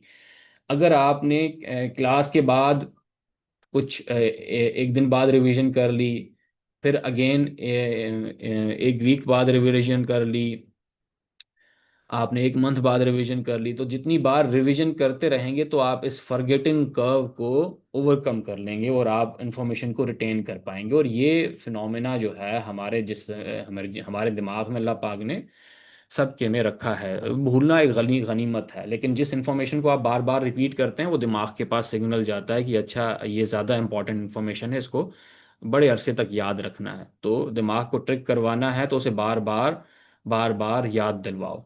मसलन आप किसी दोस्त के पास जाते हैं किसी मोहल्ले में, पहली बार आप एक मोहल्ले में जाते हैं और पहली बार में वो गली आपको याद नहीं होती।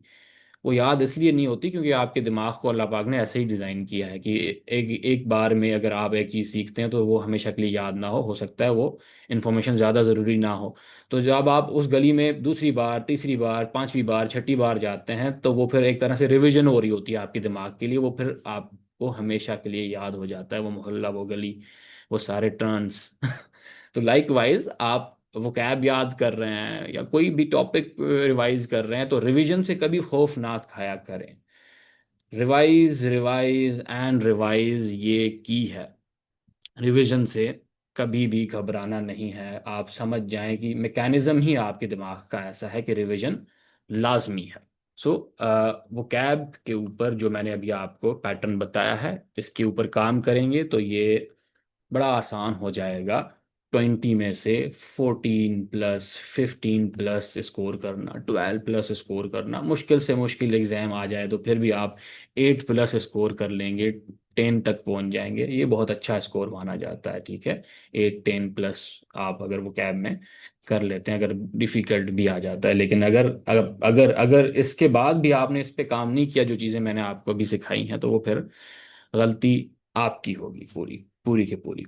Next, sentence correction. Sentence correction में आपके पास एग्जामिनर आपसे एक्सपेक्ट क्या करता है सेंटेंस करेक्शन का? ये 10 मार्क्स का पोर्शन होता है। सेंटेंस करेक्शन में एग्जामिनर आपसे एक्सपेक्ट करता है कि आपने सेंटेंस में मिनिमल मिनिमल करेक्शन करनी है। ऐसा नहीं है कि पूरा के पूरा सेंटेंस का स्ट्रक्चर ही आपने चेंज कर देना है, नहीं। सेंटेंस में माइनर चेंज करना होता है, जैसे वो सेंटेंस पूरा पूरा चेंज ना हो। मिसाल के तौर पे ये सेंटेंस है जी, these cattles belong to me. अब देखें, these cattles belong to me, बज़ाहिर आपने अगर कैटल्स के वर्ड के ऊपर फोकस नहीं किया, आपको नहीं पता, तो आपको लगेगा सेंटेंस सही है। कैटल्स प्लूरल एस नहीं होता है इसमें। कैटल एक अनकाउंटेबल नाउन है, एस नहीं लगता इसमें, ठीक है। ऑलरेडी प्लूरल होता है, तो इसका कोई कैटल्स करके प्लूरल फॉर्म एग्जिस्ट नहीं करता। तो करेक्शन इसमें मिनिमल ये थी। अगर आप इसको ये करते कि अ, ऐसे लिखते, the cattles is a plural word, आपने जुमला ही चेंज कर दिया इसको करेक्ट करने के लिए, तो ये मिनिमल चेंज नहीं है, ये गलत किस्म का चेंज है। ऐसा चेंज आपने नहीं करना। अच्छा, सेंटेंस करेक्शन के लिए इन एरियाज में से आपके ऊपर अगर आपने अंडरस्टैंडिंग डेवलप कर ली है, तो वो फिर वही चेक की जाती है। आपसे एक्सपेक्ट किया जाता है कि आप सब्जेक्ट वर्ब एग्रीमेंट के ऊपर काम कर चुके हैं, टेंस का यूजेज आप आइडेंटिफाई कर पाते हैं, प्रीपोजिशंस के ऊपर करेक्शन के सवाल आ जाते हैं, आर्टिकल्स, मॉडिफायर्स एंड प्रोनाउन के रेफरेंसेस। उसके अलावा पैरेलल स्ट्रक्चर के ऊपर आपकी अंडरस्टैंडिंग, पंचुएशन, कामा, कॉलन, सेमीकोलन, जो ग्रामर के पोर्शन में आपने, जो पीछे मैंने आपको लेक्चर में बताया, ग्रामर के पोर्शन में जो भी एरियाज हैं उनके ऊपर, उन सारे एरियाज के ऊपर अगर आपने काम कर लिया है, तो सेंटेंस करेक्शन आपके लिए आसान हो जाती है। पास पेपर्स में से आप जितना हो सके सेंटेंस करेक्शन के ऊपर काम कर लें।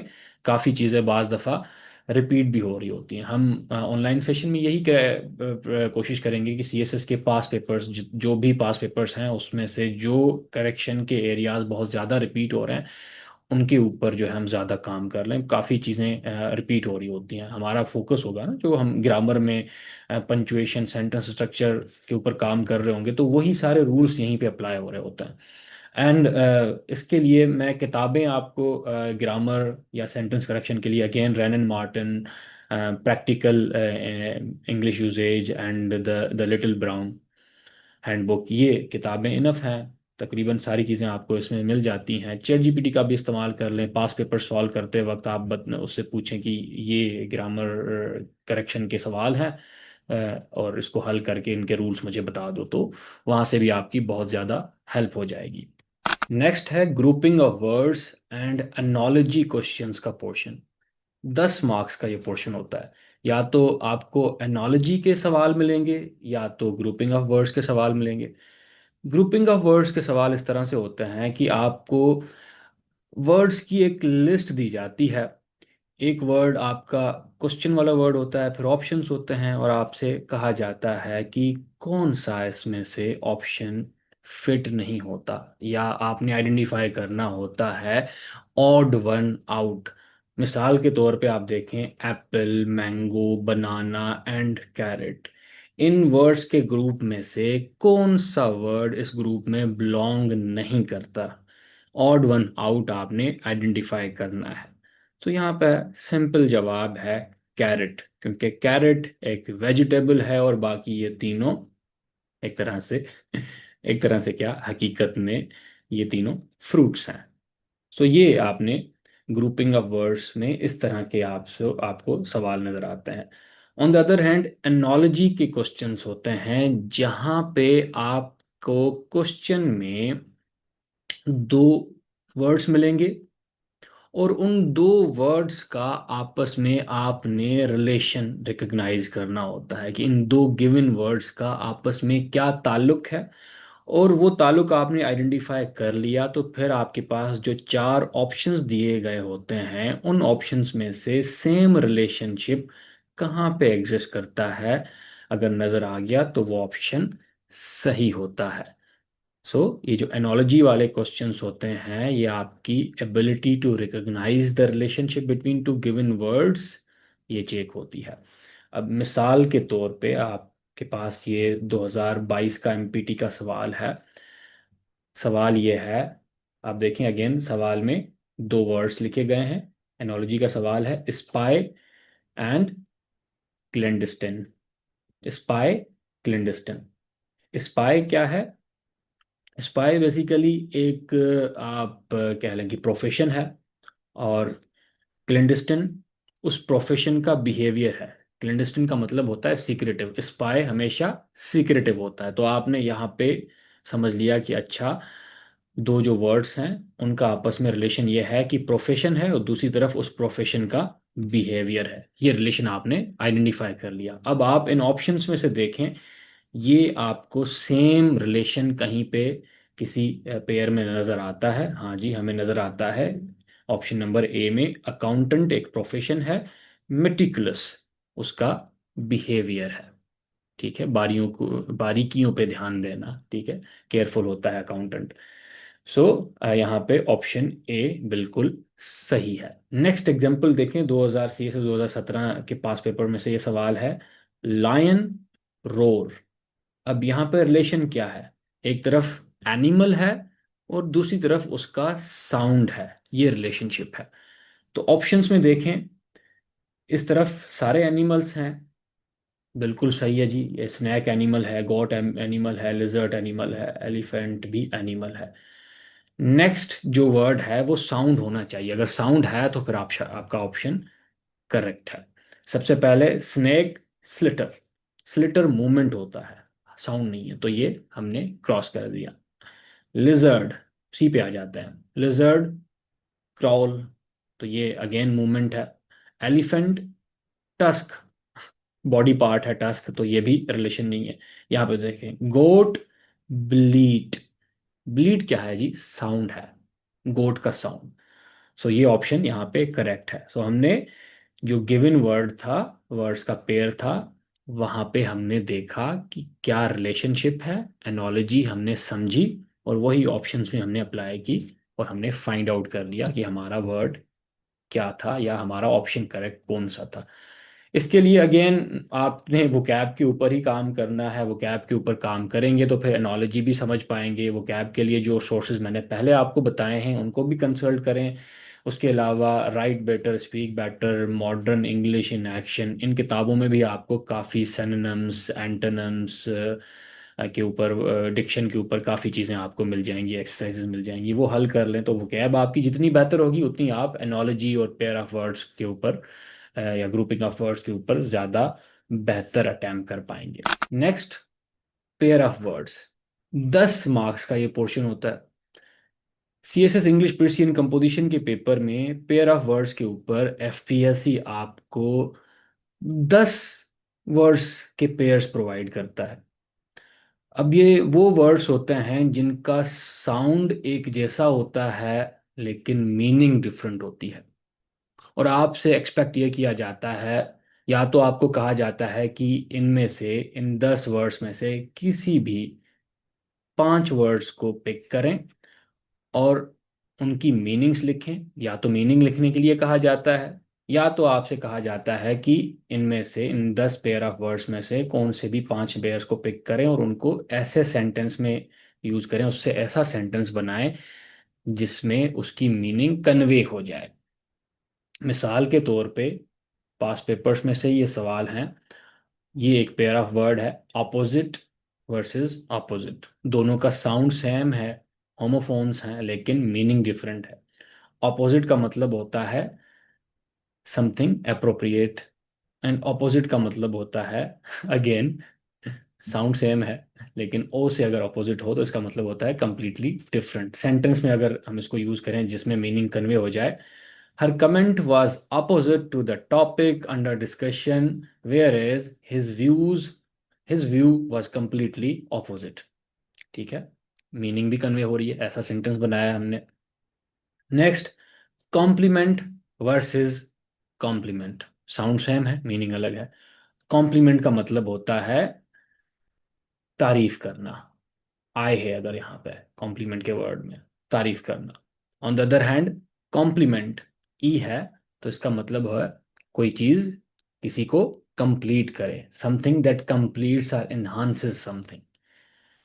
यहाँ पे जुमला देखें, she gave me a lovely compliment on my presentation, meaning convey हो रही है, ऐसा यूजेज है। The dessert was a perfect complement to the main course. ठीक है, मैं अगर कहूँ कि यू कॉम्प्लीमेंट मी, ये वाला कॉम्प्लीमेंट, यू कॉम्प्लीमेंट मी, इतना सब आपको पढ़ा दिया है, यू कॉम्प्लीमेंट मी, अगर ये वाला कॉम्प्लीमेंट होगा तो इसका मतलब होगा मैं कहूँगा कि आप मेरी तारीफ करें, ना करें खुद के ऊपर काम करें। अगर ये वाला कॉम्प्लीमेंट है तो ये मैं अपनी बेटर हाफ को कहूँगा, मैं अपनी पार्टनर को कहूँगा यू कॉम्प्लीमेंट मी, यानी आप मुझे कंप्लीट करती हैं। तो देखें, यूजेज भी ऐसा हो कि जहाँ पे मीनिंग कन्वे हो रही हो, इस तरह का छोटा सेंटेंस ना हो जहाँ पे मीनिंग कन्वे नहीं हो, मीनिंग कन्वे हो वैसा सेंटेंस हो, ये आपसे एक्सपेक्ट किया जाता है। और कोर्स के दौरान, लाइव क्लासेस के दौरान मेरी कोशिश होगी कि काफ़ी हम एक्सरसाइजेज करें जिसमें हम पेयर ऑफ वर्ड्स को ज़्यादा से ज़्यादा हल करें जो पास पेपर्स में आए हैं। और मैं आपको एक लिस्ट भी कंपाइल करके स्टूडेंट्स को प्रोवाइड कर दूंगा क्लासेस के दौरान, जिसको आप एग्जाम तक मेमोराइज करते रहें। अगेन क्योंकि ये भी वो कैब से रिलेटेड है, तो सेम रिसोर्सेज जो मैंने आपको पहले रेफर किए वो कैब के लिए, write better speak better modern English in action, यहाँ से आपको वो कैब के ऊपर अच्छा डेटा मिल जाएगा। इंटरनेट को कंसल्ट करें, अगर आपको इस तरह के पेयर ऑफ वर्ड्स के ऊपर किसी पब्लिशर की लिस्ट मिल जाती है उसको कंसल्ट करें।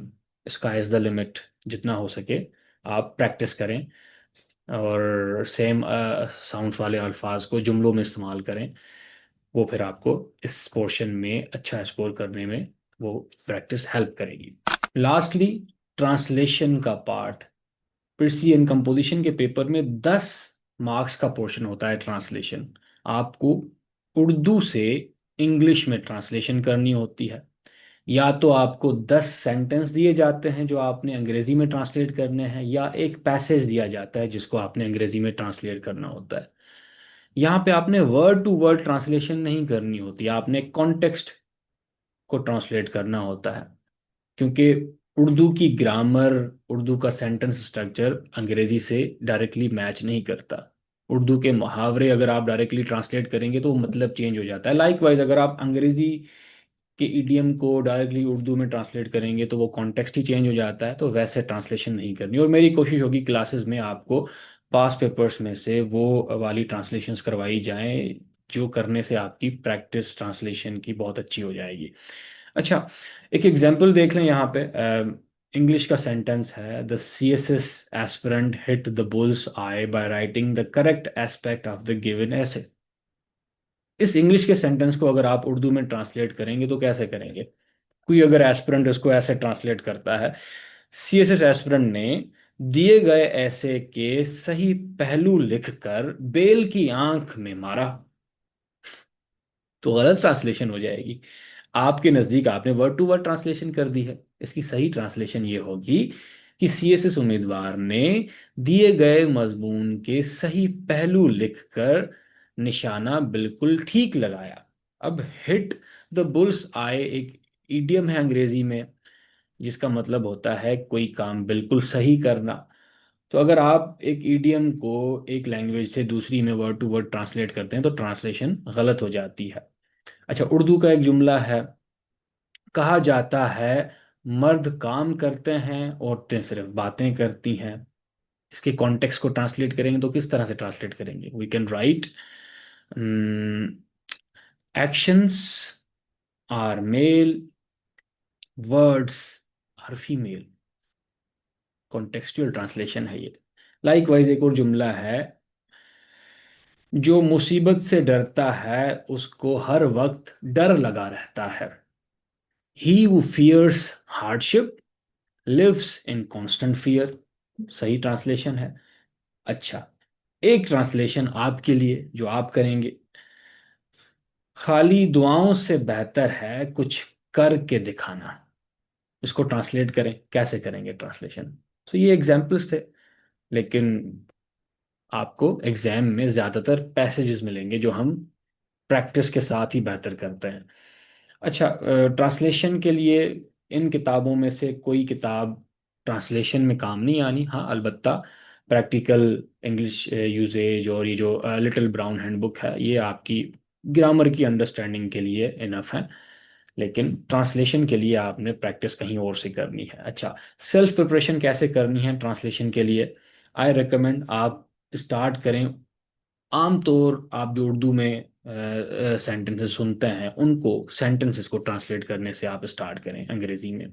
उसके बाद आप लॉन्ग लॉन्ग पैराग्राफ्स की तरफ जाएं। और पैराग्राफ्स आपने कहाँ से पिक करने हैं? आई रिकमेंड आप जंग न्यूज़पेपर के एडिटोरियल्स को, वहाँ पे कोई ऐसे आ जाता है उसको ट्रांसलेट करें। ट्रांसलेट करने के बाद उसको कंपेयर करवाएं स्टैंडर्ड ट्रांसलेशन से। और स्टैंडर्ड ट्रांसलेशन कहाँ से आपको पास आएगी? अगेन चैट जीपीटी का यहाँ पे इस्तेमाल करेंगे। आप चैट जीपीटी को वो पैसेज प्रोवाइड करेंगे उर्दू वाला, उसकी तस्वीर दे देंगे, उसको कहेंगे कि इसको अच्छी अंग्रेजी में ट्रांसलेट करो, कॉन्टेक्सचुअल ट्रांसलेशन करो, और फिर आपने जो लिखा है उसको उसके साथ मैच करेंगे। इवन आप सीएसएस के पास पेपर्स को सॉल्व करें, वहाँ पे जो ट्रांसलेशंस दी गई हैं, और उसको भी वन बाय वन ऐसे चैट जीपीटी से आप करेक्ट करवाएं, या करेक्ट कह रहा हूँ मैं, आप वेरीफाई करवाएं, उससे ट्रांसलेट करवाएं, फिर आप मैच करें कि आपने क्या किया है। अच्छा, इस तरह से आपकी ट्रांसलेशन बेहतर से बेहतर हो जाएगी। एक तो आप अखबार का एडिटोरियल ट्रांसलेट कर रहे हैं, उसको चैट जीपीटी से ट्रांसलेट करवा के कंपेयर कर रहे हैं, पास पेपर्स को सॉल्व कर रहे हैं, एंड विद दिस आपने ट्रांसलेशन पे अच्छा कमांड हासिल कर लिया होगा अगर आप ये कर लेते हैं तो। अब तक हमने C S S English Persian composition के पेपर में जो भी पोर्शंस हैं, इस सब्जेक्ट में जो भी एरियाज हैं, हर एक एरिया के ऊपर सेपरेटली हमने बात कर ली। आपने कौन से किताब कंसल्ट करने हैं, क्लासेस में हम क्या करेंगे, आपने सेल्फ प्रिपरेशन कैसे करनी है। अब हम बात करते हैं कि इफ़ेक्टिव सीक्वेंस क्या है, इफ़ेक्टिव रोड मैप क्या है इन सारे एरियाज को तैयार करने का। आई रिकमेंड आप ग्रामर और सेंटेंस करेक्शन से स्टार्ट करें। ग्रामर करेंगे तो आप सेंटेंस करेक्शन भी कर पाएंगे, पंक्चुएशन भी आपकी बेहतर हो जाएगी। उसके बाद आप प्रेसी राइटिंग की तरफ मूव करें। प्रेसी राइटिंग के बाद आप reading comprehension, then translation. Translation तक पहुंचते पहुंचते आपने कंप्रीहेंड करना भी सीख लिया है, प्रिसाइज करना भी आपने अच्छा खासा प्रैक्टिस कर लिया है, तो फिर आपके लिए ट्रांसलेशन भी आसान हो जाती है।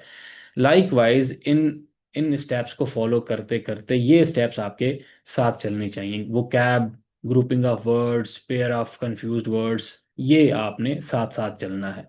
ठीक है, वो कैब के ऊपर आपने साथ काम करना है, स्टार्ट से एंड तक। ग्रामर पढ़ रहे हैं फिर भी वो कैब पढ़ते रहे, रीडिंग कम्प्रीहेंशन कर रहे हैं वो कैब पढ़ते हैं, और वो कैब साथ साथ चलती रहेगी आपकी। लेकिन ये इस तरह से सीक्वेंस चलाएंगे तो वो फिर ज़्यादा बेहतर रहेगा। I recommend this sequence. अच्छा, कुछ स्टूडेंट्स ये गलती करते हैं कि ग्रामर, सेंटेंस स्ट्रक्चर कर लिया, पर्सी राइटिंग कर ली, रीडिंग कंप्रीहेंशन, ट्रांसलेशन, वो बाद में सोचेंगे अब हम वो कैब पढ़ेंगे। नहीं, वो कैब को साथ साथ रखें, ठीक है, पैरेलल चलाएं। ये वाला सीक्वेंस और वो कैब साथ साथ चलना चाहिए। आई होप यहाँ तक जो चीज़ें मैंने आपको सिखाई हैं उनके ऊपर अगर आप अमल कर लेते हैं तो ये पेपर आपका कभी भी आपको फेल नहीं करवाएगा। So that is all from my side.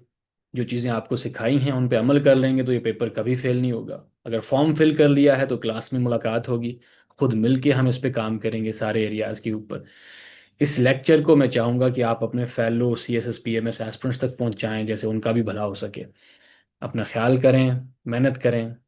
मिलते हैं किसी और लेक्चर में। अल्लाह हाफ़िज़।